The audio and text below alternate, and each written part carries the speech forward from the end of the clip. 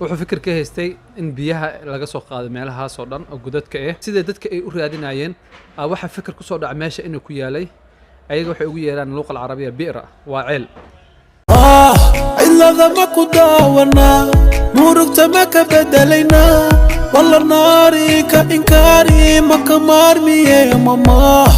assalaamu calaykum waraxmatullaahi wabarakaatuh kusoo dhawaada janaalka waa janaalkiina meel walba adduunka ka joogtaan inta cusubne waxaan leenahay anagoo si naxariis leh kaga codsanayno subscribe inaad noo saartaan kuna soo dhawaataan janaalka insha allahu tacaala waxaa maanta mowduuc noo mowduuceena aad iyo aad ayuu wuxuu muhiim ugu yahay dhacdooyinka dhaco runtii waxaa maantay aan aad iyo aad ula murugooday awal mara markaan furay internetka aan arkay akhbaarta iyo waxyaalaha la isla dhexmaraayo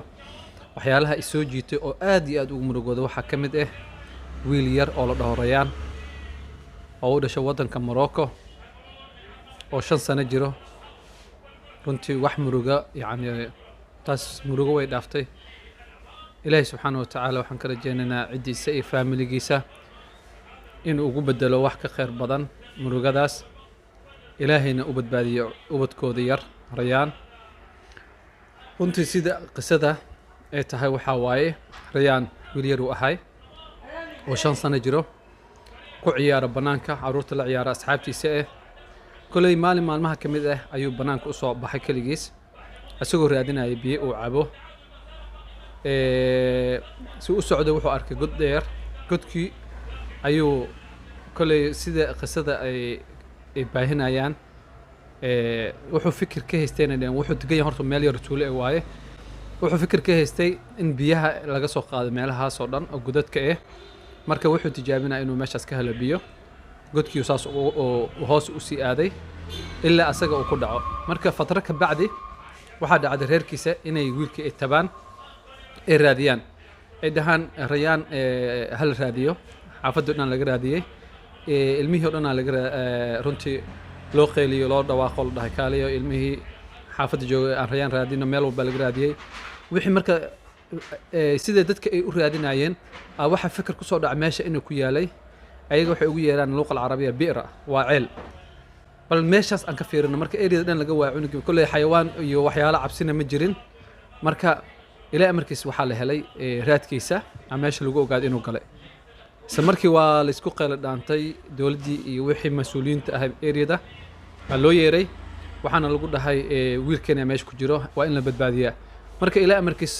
waa waqti dhum intaas oo ka soo wareegata saacado waxa marka dawladdii ay ku guuleysatay inay meesha ay baaraan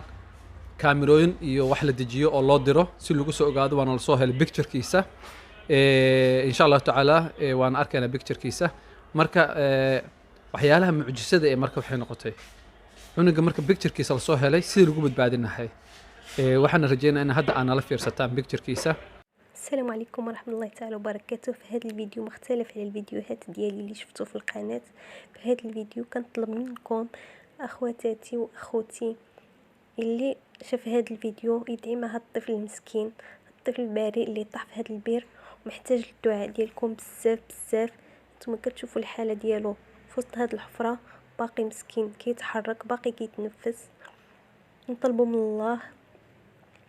يردو سالم متعافى للوالدين ديالو والأسرة ديالو ويخرج في أقرب وقت إن شاء الله. نطلب منكم أخوتي تدعيو معاه بزاف. أي واحد شاف هذا الفيديو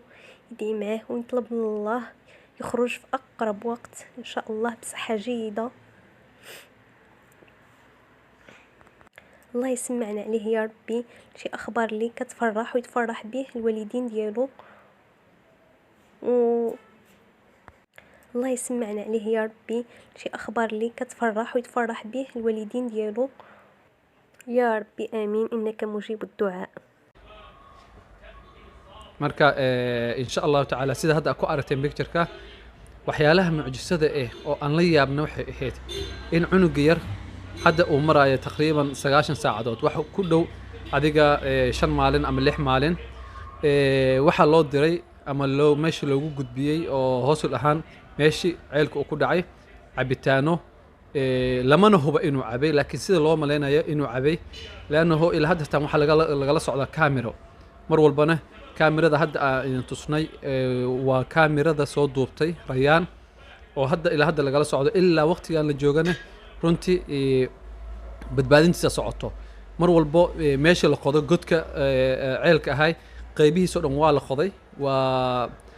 cagafyo iyo qalab loo adeegsaday marka runtii waxa lagu guuleysan waayay si dhaqso in ugu gaaro meel walba oo runtii godkiisa inankaas meesha ku jira loogu dhawaado ceelka way soo dumaysaa laanahu waxa meesha lagu tilmaamay in ay tahay meel buuraley laakiin ciid wada aysan ahayn dhagax saas ogeed marka way adkaatay in si sahal lagu gaaro markii oo loo dhawaado waxa soo dumayso caradii soo dumayso oo kala daadanayso hadda iyo koow inay shaqada mar labaad ay ku noqdaan iyo mar saddexaad marka waxa dhacday inan yar markii ay qoosteen dadka badbaadada oo ciidanka badbaadada madaniga in wiil yar uu dhahay aniga ayaa isbiimeenayo oo cunuga insha Allah taala meeshiis ugu tagaayo soo badbaadinayo asagii waxa la siiyay oxygen waa la xirxiray sankii iyo afkii iyo adduunkii dhan qalabkii lagu rakibay waa la sii daayay ilaa uu tagay 24 mitir waxa u dhaxaysa taqriiban asaga iyo Rayaan xawaali 7 mitir meelahaas ilaa waxay dadka qaar ku qiyaasayaan 5 mitir inuu dhaxaysay oo ka soo noqday wiilkii xataa hawadii iyo naftii uu qaadan waayay kii wax badbaadinay asaga waxay noqotay mar labaad in la badbaadiyo saas ogeeda marka murugadii way sii badatay waa la qoostay dadkii oo dhan runtii argagax weyn iyo runtii ay dawladda iyo shacbiga iyo caalamka oo dhan ilaa hadartan tiifiyada caalamka oo dhan hadda la socon kartaan ama aragteen tiifiyada caalamka oo dhan ayaa soo deynayo daqiiqad ka dambayso in wiilkaas si lagu badbaadinahay bid'aadanimo insaaniyad ahaan naftaan waxa waaye Allah subhanahu wa ta'ala ayaa agtiisa aadaa ruuxigan laakiin